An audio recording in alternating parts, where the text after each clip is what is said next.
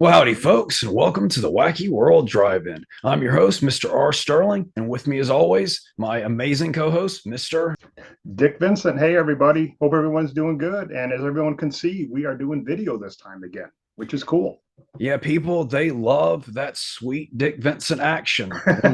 When we go back to audio, people are the masses are just not happy. Oh, yeah. But they can't see all your cool shirts and stuff. So, Hmm.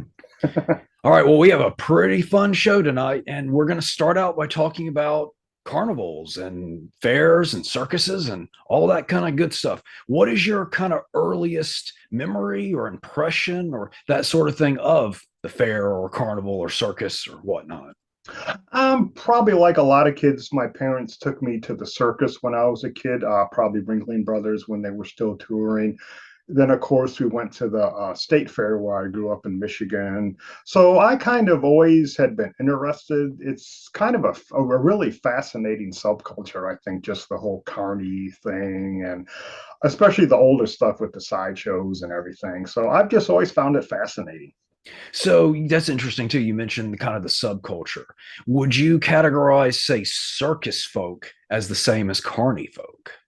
I've never, I guess they probably could be, but I've never really looked upon them that way. You always hear kind of the phrase carnies, and I've never really put circus folks in the same kind of category, but I guess they would fit. I wonder if there's some kind of rivalry between the two. Like at night, they get into gang fights between carnies and the circus folk. That would be interesting. That might make a good movie. Surprisingly, I only went to the circus one time as a child. I don't really know why that was, what the case was, and I really don't remember much about it. My most vivid memory of the circus was in the little not concession stand, the little area outside where they had stuff for sale. I remember buying one of those light up yo-yos, the one that you did Oh, down on the string and they'd light up in the different colors as they came up and down. I was terrible at it, but that's what I remember.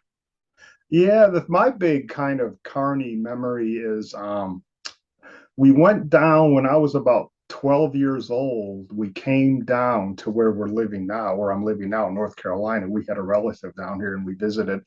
And we went to we happened to be down here during the state fair, the North Carolina State Fair. And we went to it, and it was quite an eye opening experience compared to the Michigan State Fair. I mean, they still had like the stripper tent, Wow. and they Okay. still had some of the not real freak shows, but they did have some of the kind of oddity stuff, and Mm. it was really fascinating. Then I guess a couple of years after that, they kind of got rid of all that, but I'm kind of glad I got to see an old fashioned kind of Nightmare Alley type fair. Do you remember what year that was?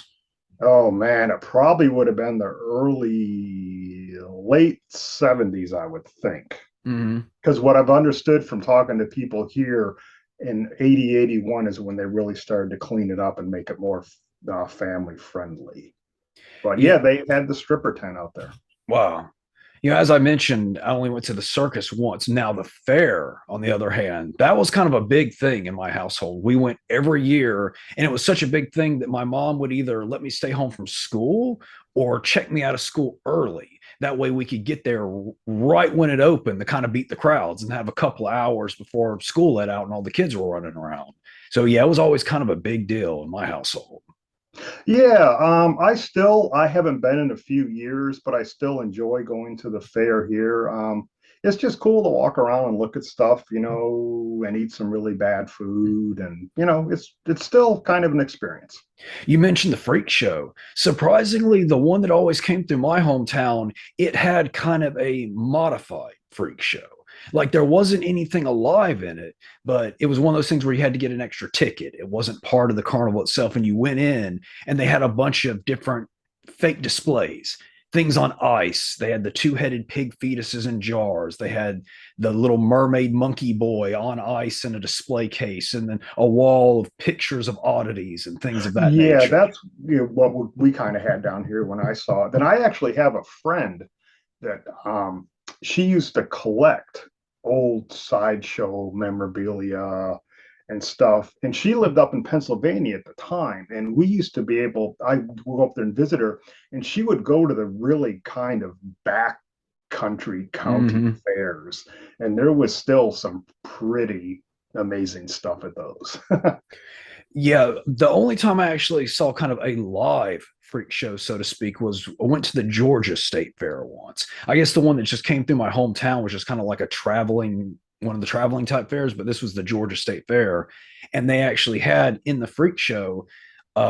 She wasn't even that big, but just like a fat lady sitting in a chair selling very badly photocopied like Xerox pictures of herself, and she was the fat lady and just kind of sitting there behind kind of the velvet ropes, and people were just standing there staring at her. It was just the most awkward, one of the most awkward things, because like I Wow. said, she really wasn't that large. I mean, I grew up in the deep south. She looked like every other person you saw at Kmart. So it was just kind of a strange, uncomfortable situation. I was just like, hi, and went on my way. Yeah, yeah. There's a really, if I'm not sure if you have it yet or not, but Dave Friedman, the old producer, used to be a Carney guy, and Mm. he's passed away now, but he wrote a great book, a biography. And he only did the first half, unfortunately, before he passed away. But the whole first half is his experiences pretty much as a Carney back in the 30s and 40s. Oh, that sounds awesome. Do you know Yeah, he tells the some name of it? great stories. Um, a Youth in Babylon. Okay, I'll have to get that. I Yeah, and really he, enjoy that sort of thing. yeah, one of the things I always remember that he says was that what you do to get people into a show is you put some cold oatmeal. Someone puts some cold oatmeal in their mouth, then runs out screaming and throws and pretends to throw up. Clever. Yeah, That then everyone kind of gravitates to see what he saw. oh there you go. Fantastic. And on kind of a related note, this fair also not only was the sideshow freak show or whatever it was called at the time a extra ticket event. They had other little extra ticket events or things you could just pay a little extra to see. And one was a piranha booth. And supposedly you walk up these stairs and look through a little viewfinder thing, and they had piranhas in a tank, supposedly. But the artwork on the side of the thing was what was fascinating because it was just the most gruesome paintings of like piranhas eating people alive, and it was covered in gore and blood, and that just really intrigued my little gore soaked brain. Yeah, sometimes the banner art is on. It's really great. I know there's been some books done on that. We down here years ago had a Terrors of the Amazon booth Mm. that had, like you mentioned, they fish they called piranhas, and I think they looked like some kind of like big, like a groundhog or something. They had in a cage, and it was said it was an Amazonian flesh-eating rat, and they had Mm. some bones laying in there, and they had shrunken heads and everything. Yeah, and the Oh, big, that like you sounds said, the awesome. big painted banners and stuff. Yeah, I mean, really, that banner art. I mean, that's really. I never paid to see the piranha. I was happy just seeing the guy in the water with his finger bitten off and all the blood and the cow. Just great stuff. Yeah, yeah, I love that stuff. There's a really cool movie to bring up Dave Friedman again that he produced called She Freak. I don't know if you've ever seen that. I know the name. I actually saw that was on one of the streaming sites I saw just yesterday. Yeah, and Maybe it was maybe it was shot, I Tubi. believe, in the early 60s. It was actually shot at a Florida fair. So you Okay, get all the banners in the background and all the really, cool sideshow stuff. I'll have to add that to the list So because I can I'm recommend that all one too, the sideshow fans. I'm always on the lookout for circus or fair or clown stuff. Well, non horror clown stuff. So another thing that always strikes me about the fair in my memory, hits the nostalgia bone, is music. Because at our fair, the rides would always be blasting loud music, I guess, for the experience. And there would be certain songs that you would just hear over and over and over walking around the fair. For example, the year that Inner Sandman came out by Metallica, it felt like every booth was just blasting that song over and over again. So whenever I hear Inner Sandman, I often think of the fair. And another one, I went years later, I was in college, was Cotton Eye Joe by the Oh, Rednecks. I don't know if you remember that one. It was a fun little kind of twangy country meets techno song. And that one was playing all over it. And I cannot hear Cotton Eye Joe without thinking of that time at the fair. oh, that's interesting because I remember the Scorpion song, "Rock You Like a Hurricane." That's a great fair song. That's the one I recall from the fair, and that's kind of my fair memory trigger. Fantastic, fantastic. And people would often speak about how like the horrors, the dark side of the fair, or how dangerous they were. And actually, my neighbor, when I was growing up, lost a finger at the fair. Oh, was he a fair worker or just as a? No, he Oh lost it on a wow. ride. Oh man. Yeah, sure enough, he lost it on a ride when he was a kid, and they gave him a bunch of money to make up for it. And they basically, his parents let him do what he wanted with it rather than save it. He bought a boat. Wow. Do you Yeah, know what the circumstances were? Or I think he just put his hand up on it's like something and got just caught something? just took Wow. it right off. Wow. Yeah.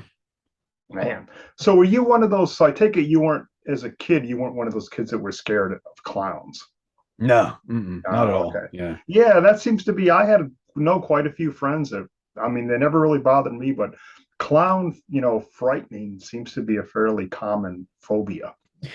Was it always? Because I really don't recall hearing anyone ever say they were scared of clowns until like all the clown type horror, like Clown House and It and things like that started popping up. Then people started, oh, I'm scared of clowns. I'm scared of clowns. But I don't recall ever hearing that in my youth.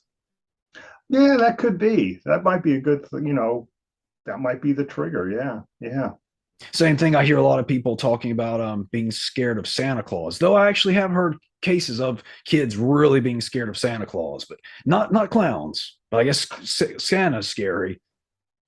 The one that always, just to deviate a little bit, the one that always scared me when I was a kid was the Easter Bunny. I just thought a giant rabbit or bunny coming into your house was just horrific. Oh, well, now that you mention it, not going to let the Easter Bunny in anymore. Yeah. So, good segue over into film. You mentioned film. What are some of your favorite carnival or circus or related movies? Of course, there's She Freak. Funhouse, I think, is a great one. Um, the original and the remake too of Nightmare Alley are great circus films, Carney films. I got Nightmare Alley for Christmas this year, actually, and Oh, saw the it for new the one first or time. the original or the new one? The original. Oh, cool. That's a really dark, twisted movie. Yeah, it's like it's one of those ones I need. I've already talked about it on the channel, but it's one I need to see again because I was expecting a full like kind of murder mystery set at a carnival, but since it's really only the first 20 minutes set in the carnival, I was a little disappointed. But going back knowing that, I think I'll dig it a whole lot more. Yes, yeah, that's probably one of my favorite kind of carny based movies. And not really a carnival or circus movie per se, but a clown movie. One of my all-time favorite movies, top 20 easily, Shakes the Clown.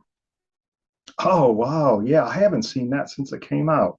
Oh, it is. That is excellent. It's got a great cast too. And a lot of people don't realize that the villain in that movie is SpongeBob SquarePants. Oh, wow. Mm-hmm. Yeah, I highly recommend that one. And that's a great, just kind of funny but dark look at clown culture without trying to make them scary. Hmm, that sounds interesting. I bet that's one to put on the rewatch list. Yeah, definitely. And you can get the Blu-ray, at least when I got it, under $10. Oh, okay, cool. I'll have to keep a lookout for that one. But now moving on to the next segment of the episode, and that's cons and conventions. Yeah, cons. I started going to cons back in the 90s, and they were just great, especially in the pre or dawn of internet days. I mean, because you go there, and that was the only place to find a lot of stuff as far as, VHS back then. You were bought on VHS and books and magazines. It was, that was, you went there, once or twice a year, and that's where you found stuff. It was the exact same way with toys. Like I would go for like Godzilla toys and things like that, and you would see things that you didn't even know existed. Yeah, they were really great, and it was kind of just. I mean, I used to go up to the Chiller conventions twice a year. They had them in New Jersey back when they were in the Meadowlands, and it was always every time you went up there, like you said, you just saw things that you never saw before. And I have a friend who builds the big resin models, Mm, monster kits, and we used to go up there because that was the only place you could find those and buy them right. without having to do mail order. Yeah, I've talked about actually on the pod before, but my very first con was in, I want to say it was 86 or 87. It was at one in my hometown that Doctor Who died at. But when I first started going to cons again, like as a teenager and started regularly going, that would have been, I think, 94, 90, 93 or 94. And that's when my con culture kind of really began. I started going to Dragon Con every year from that 93 or 4 all the way up until I moved to LA in 2004, so 2005. Yeah, I kind of look at that time frame you just mentioned as kind of, I think that's like the golden era of cons because you could go there, um, like we said, find stuff. And plus, one of the more interesting or things was that the people that would come, their guests, I mean, there was people that you had never met before, Mm. and back then you could get autographs, for $5-10, and Those it, were the days. yeah, and it was just yeah, it was great. I mean, I met like Turasatana and Mm. Haji from Faster Pussycat, and it just great. Dragon Con was really cool at the time. Again, I haven't been the one since 2004, so I can't speak of it now. But it was great at the time because it was such a mingling of different things. The cons in the past that I was kind of familiar with, and the one I went to in my hometown was very specific. Whereas Dragon Con, it had everything from your sci-fi stuff to music to just all over the place. Comic books, of course, and I also would discover quite a few bands at conventions. So it's all see concerts like at Dragon Con. I saw the Misfits twice. Guar played almost every year. I mean, it was just a really different kind of experience. Lots going on. And great thing about Dragon Con that I never experienced at another con is there was something going on from the moment it started until the moment it ended. You could go out of your hotel room and do something at all times. Middle of the night, it didn't matter. Yeah, we used to go up to Dragon Con probably about the same years you mentioned it. I think it used to actually be at like several hotels. It was so big. Mm-hmm. They'd have guys up playing games all night. And like you said, it was just this huge mixing kind of bowl of people. Then even they had a lot of authors there. You could buy their books from them Right. directly. Yeah. And I remember I was there one year and John Carpenter was there. Wow. Okay. He was kind of pushing his vampire film. Hmm. And he, did a little autograph signing and stuff. So yeah, that's a great show, and I guess it's still going on, isn't it?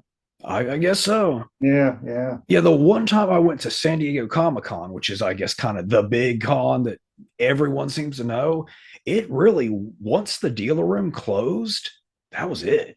It was done for the day. There was no nighttime stuff, no shows, no concerts. I was really surprised the lack of nightlife at that one. Yeah, I've been to San Diego twice when I lived out in California. And my brother actually flew out both times and we went down there together. And this just shows how long ago this was. We used to just drive down there the day Mhm. of the show from LA and walk in and get a hotel room.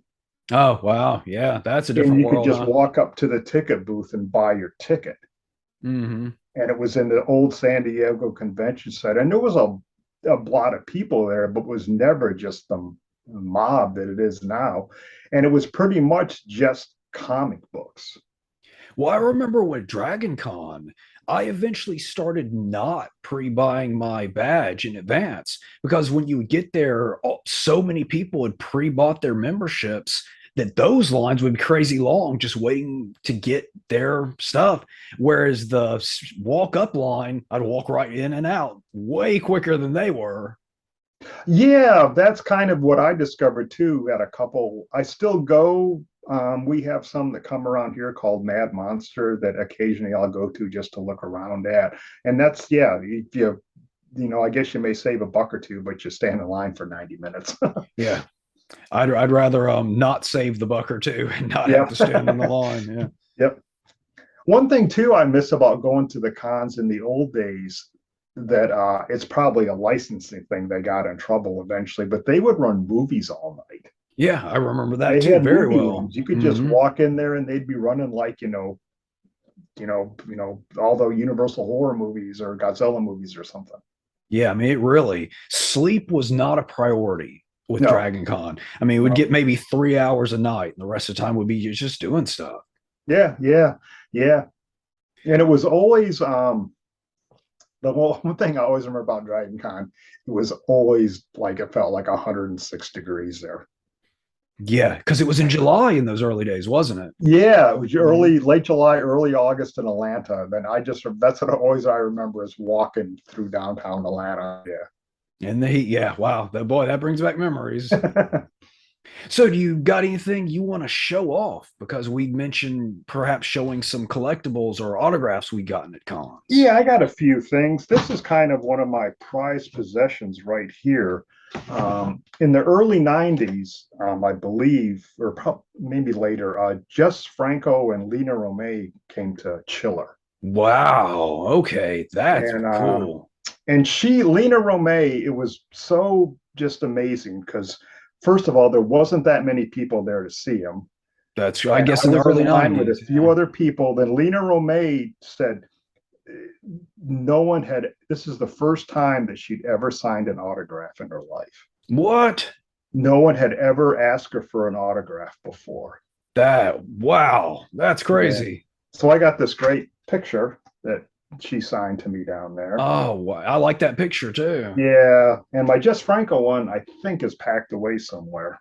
So I got that. So do you want to trade off? Do you want to go Yeah, next? just trade off. So mine Yeah. is one of the. I'm not a line person. I do not like standing in lines, but one of the few times I stood in a long line, and that was okay. So this is the original Vampire Hunter D, Vampire D Oh, yeah, I novel can see it. from Japan, and Yoshitaka Amano, who's probably most famous for the Final Fantasy games, but he's also did the interior artwork for all the Vampire Hunter D novels. I guess he designed the character, but he was actually at a Dragon Con in the late '90s, and so I just being such a big Vampire Hunter D fan, I had to go and get this signed, and it was cool too Oh. because rather than just a normal signature, he did a little sketch there. Oh, wow. That's really cool. And not just that, I also got the second book in the series, and this one's even better Oh, because wow. he did a little chibi sketch. I Yeah, thought that was super cool. that's great.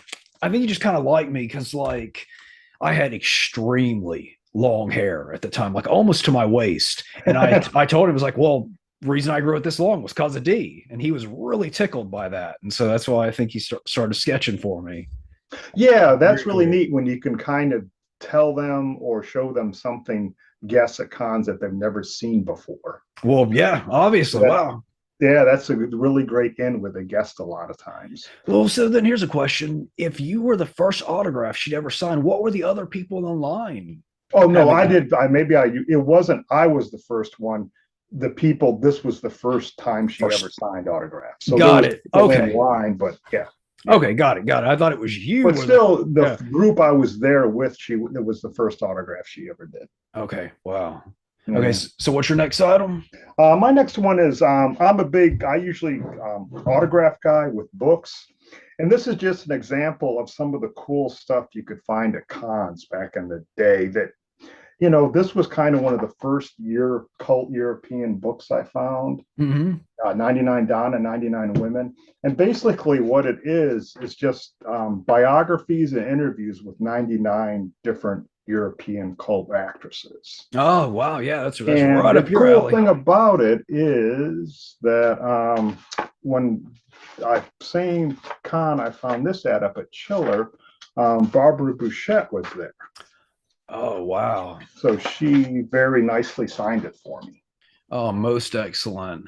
Yeah, then it's hanging on a wall right now. Then she also had pictures for sale from Mm-hmm. a muck, and she is friends with Rosalba Neri in Mm. Italy. They get together quite often, she said, and have lunch and stuff. And so she had Rosalba Neri sign these pictures ahead of time, and she brought them there and signed them to you. So I ended up getting that. So I got Rosalba Neri and Barbara Boucher's. Oh, that's an Yeah, I wish excellent I would have thought find. about it. I could have got it off the wall, but maybe I can show that next time. That's cool. Yeah, and she was just one of the nicest people I'd ever met. And speaking of Barbara Boucher, I actually, on the recommendation of one of my, I'd say VIP viewers of the channel, Mr. Wet Dog, I watched "Don't Torture a Duckling" for the first time over the Oh, weekend. what'd you think? Yeah, I dug it. Strange plot setup. Like I really didn't know who the lead character was until probably toward the end of the movie, but still enjoyed it quite a bit. Yeah, that's a really good one. I love that's kind of one of my always in my top three or four Fulci films. Oh, that'd be a tough list to make, though.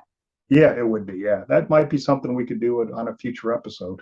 Yeah, I Do a like that Fulci idea. episode. Yeah, There you go. yeah. Okay, so next, and this is one of the only other lines I've stood in for something, and it was one year at it was called first it started out as Kamikaze, and then they just changed it to Stan Lee's Comic Con, and now I think it's just LA Comic Con. But it was one of the first times they did Kamikaze, and I was just there and didn't really know a lot of the guests that were going to be there, but it turns out that Mark Silvestri was going to be there. And if you don't know Mark Silvestri, he's just a really famous comic artist.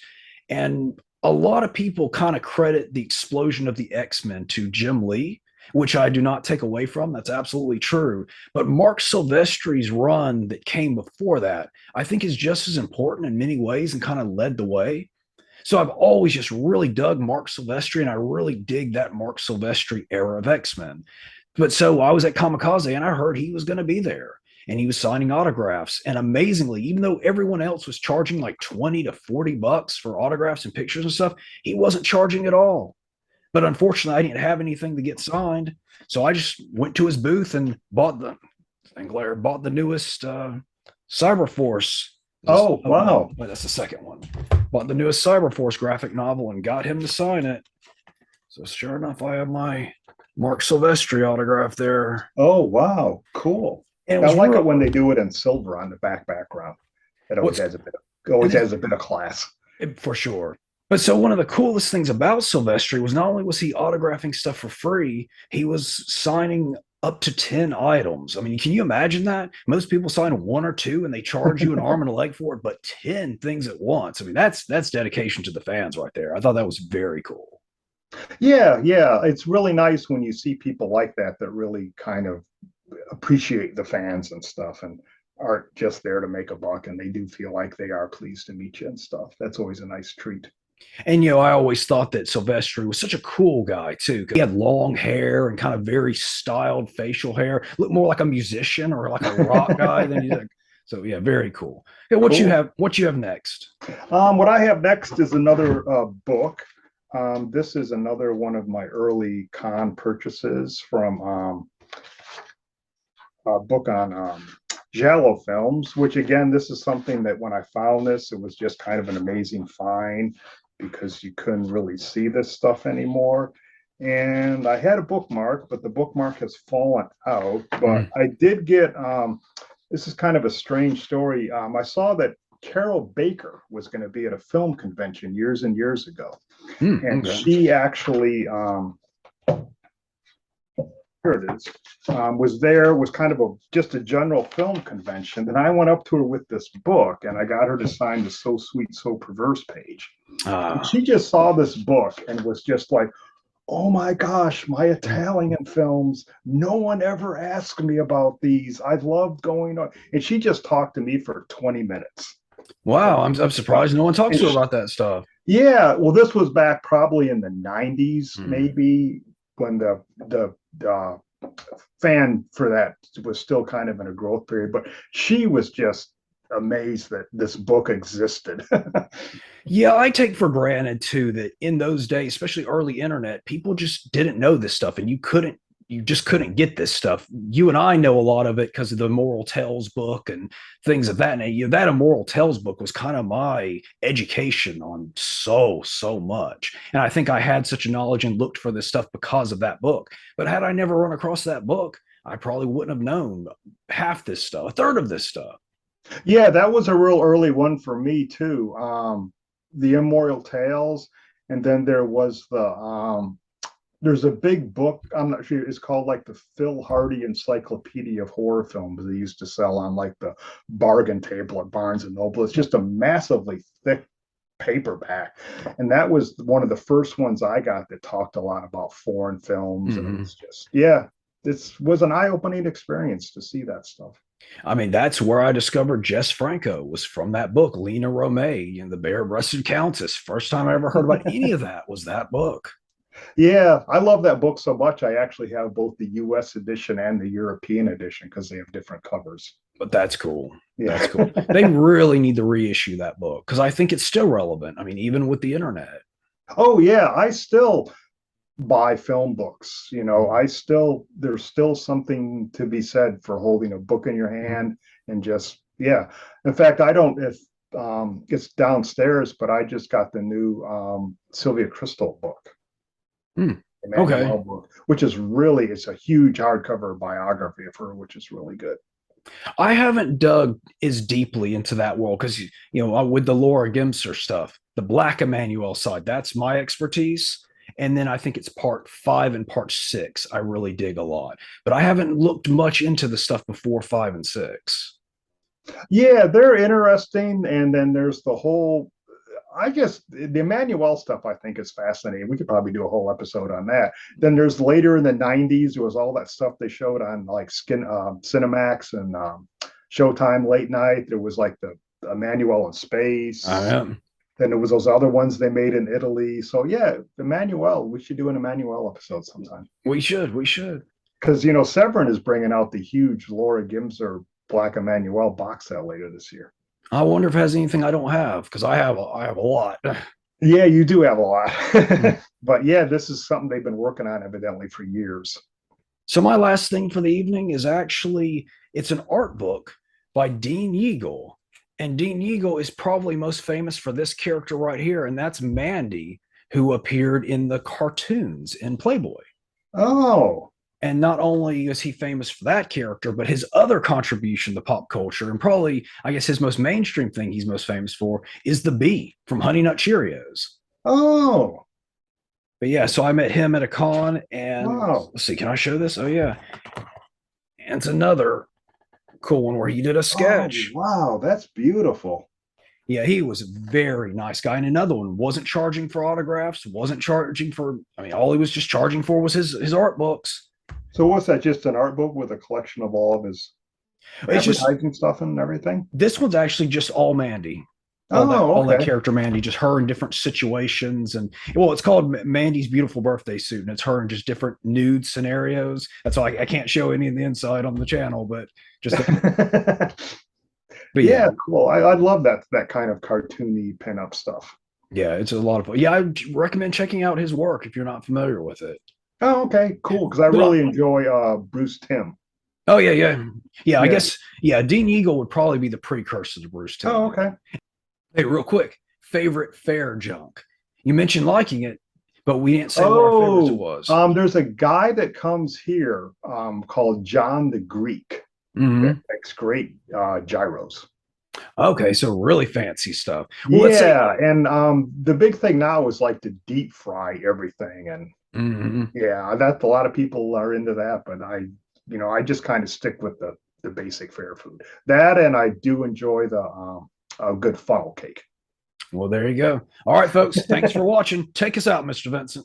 All right, everyone. Thanks again. And we will see you down the road someplace. And thanks again. And just, go eat some crappy fair food today.